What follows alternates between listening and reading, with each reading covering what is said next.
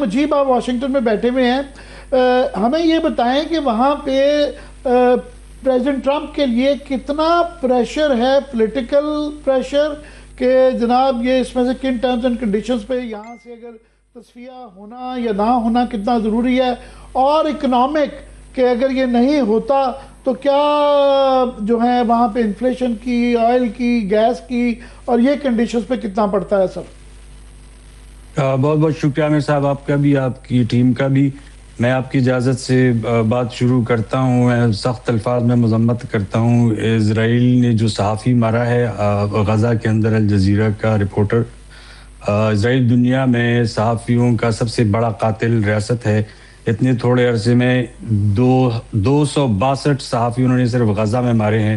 Tuesday کو 3 انہوں نے لبنان میں مارے ہیں۔ تو اس کی بطور صحافی ہماری ذمہ داری بنتی ہے کہ اس کو اٹھایا جائے، اس مسئلے کو۔ دوسرا، آپ کا سوال پریزیڈنٹ ٹرمپ کے اوپر، یہاں پہ بہت زیادہ پریشر ہے۔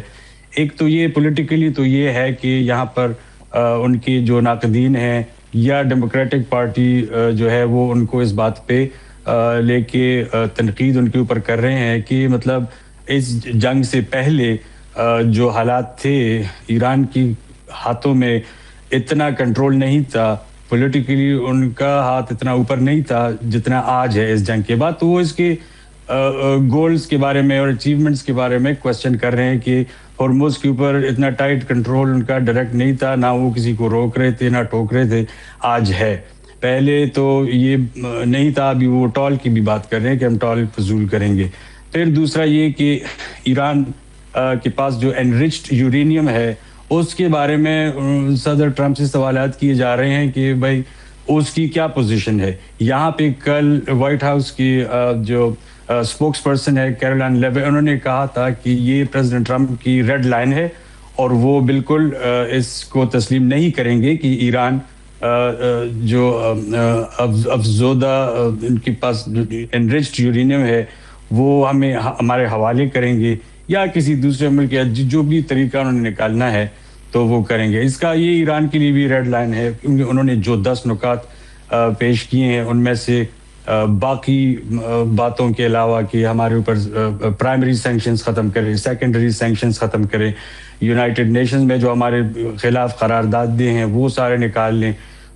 اس کے ساتھ ساتھ یہ بھی ہے کہ ایران کو یہ حق ہوگا کہ وہ یورینیم افزودہ کریں گے، اور دوسری بات یہ کہ یو ایس کو یہ ماننا پڑے گا کہ کنٹرول جو ہے ہرمز کے اوپر وہ ایران کا ہی ہوگا۔ تو اب دیکھنا ہے کتنا کون سا سائڈ گین کرتے ہیں، مگر لگتا نہیں ہے کہ یہ 2-3 ایسے مسائل ہیں جو بون آف کنٹینشن جس کو ہم کہہ سکتے ہیں کہ جس کی وجہ سے شاید بات زیادہ آگے نہ بڑھے۔ دوسری بات اکنامکلی جو ہے وہ زیادہ اہم ہے۔ ہم پچھلی دفعہ بھی جب بات کر رہے تھے تو ہم اس نتیجے پہ پہنچے تھے کہ ایران وینزویلا نہیں ہے۔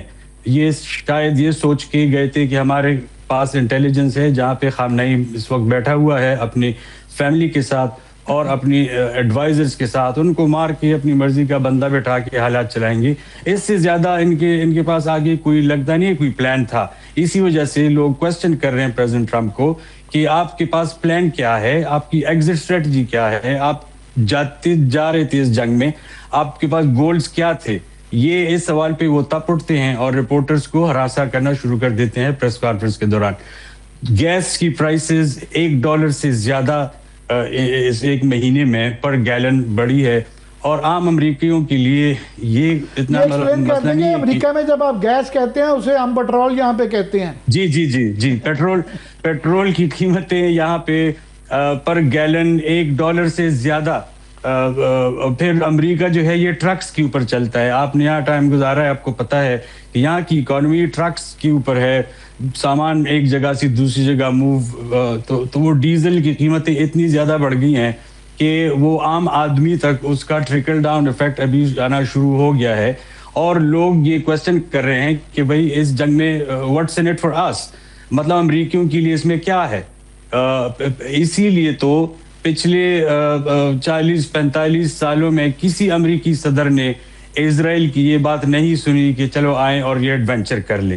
یہ پہلی دفعہ ہے پچھلے 47-48 سالوں میں کہ کوئی پریزیڈنٹ جو ہے وہ انہوں نے یہ ایڈونچر کیا ہے، اور یہ ایڈونچر ابھی ایک مس ایڈونچر نظر آ رہا ہے جس میں سے نکلنے کا بھی کوئی راستہ نہیں ہے.